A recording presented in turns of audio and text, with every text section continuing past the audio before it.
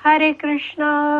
श्रीमद भगवद्गीता जशी आहे तशी, अध्याय 12वा. अध्यायाचं नाव आहे भक्ती योग.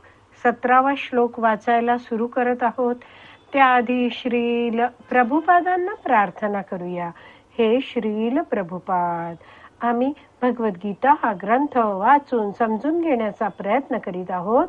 त्यासाठी आम्हाला आशीर्वाद द्या. धन्यवाद प्रभुपाद.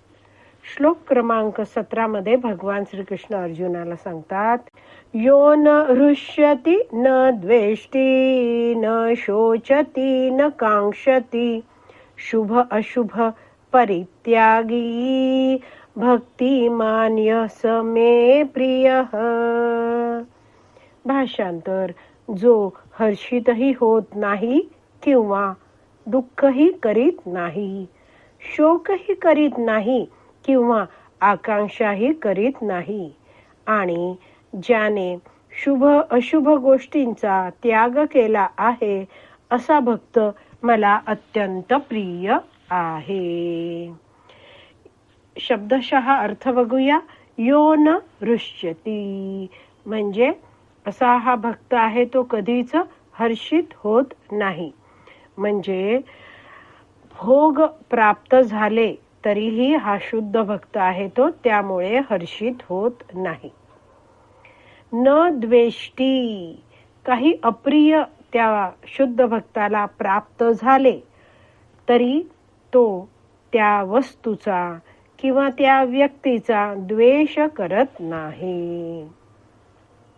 न शोचती, भूतकाळात काही घडून गेलंय किंवा काही प्राप्त झालं नाहीये प्रयत्न करूनही, तर त्यामुळे हा भक्त आहे तो शोक करत नाही. न कांक्षती, भविष्यात मला ती गोष्ट, ती भौतिक गोष्ट हवी आहे अशी आकांक्षा, इच्छा सुद्धा हा शुद्ध भक्त करत नाही. कारण असा शुद्ध भक्त सदैव भगवान श्रीकृष्णांच्या भक्तीमध्ये रममाण झालेला असतो आणि त्यामुळे तो भक्ती करून तृप्त असतो. आणि असा भक्त आहे तो शोक, मोह, भय यापासून मुक्त असतो. व्यक्ती शोक कसला करतो? भूतकाळाबद्दल, भूतकाळात घडून गेलेल्या गोष्टींबद्दल तो शोक करत असतो. मोहित तो वर्तमान काळाबद्दल होत असतो. हे माझ्या बाबतीत काय घडत आहे हा विचार करून व्यक्ती मोहित होत असतो. आणि भयभीत व्यक्ती भविष्य काळाचा विचार करून होत असतो. तर हे जे भौतिक जगत आहे त्यातल्या भौतिक गोष्टी या शुद्ध भक्ताला आकर्षित करीत नाहीत, आणि त्यामुळे एखादी गोष्ट त्यांना मिळाली नाही तर त्या गोष्टीचा तो कधी विचारही करत नाही. ती हवी आहे यासाठी तो आकांक्षाही करत नाही. तर असा हा भक्त आहे तो शोक, मोह, भयापासून मुक्त आहे. दुसऱ्या ओळीचा अर्थ बघूया. शुभाशुभ परित्यागी. तर शुभ म्हणजे पुण्य कार्य. तर एखादा व्यक्ती पुण्य कार्य करू इच्छितो, कारण त्यापासून इंद्रिय उपभोग प्राप्त होणार असतात. पण शुद्ध भक्त जाणतो की कोणतंही कर्म मी जेव्हा करतो आहे माझ्या इंद्रिय तृप्तीसाठी, तर काय आहे, मी त्यामुळे कर्मबंधनात अडकणार आहे. शुद्ध भक्त आहे त्याचं जीवन पुण्यात्मक असतं.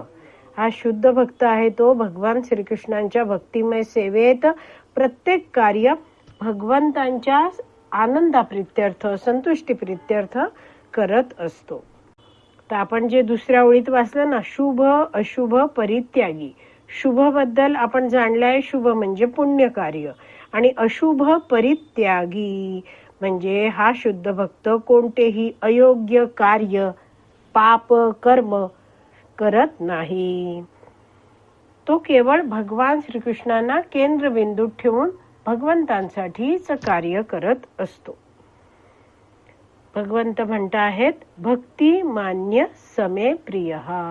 असा भक्तिमान जो भक्त आहे तो मला प्रिय आहे, अत्यंत प्रिय आहे. भाषांतर वाचूया. जो हर्षितही होत नाही किंवा दुःखही करीत नाही, शोकही करीत नाही किंवा आकांक्षाही करीत नाही, आणि ज्याने शुभ अशुभ गोष्टींचा त्याग केला आहे असा भक्त मला अत्यंत प्रिय आहे. तर आपण या श्लोकाचे शब्द आणि भाषांतर जाणून घेतलं आहे. आज आपण इथेच विराम देऊया. श्रीमद भगवद गीता की जय. श्रील प्रभुपाद की जय. हरी बोल.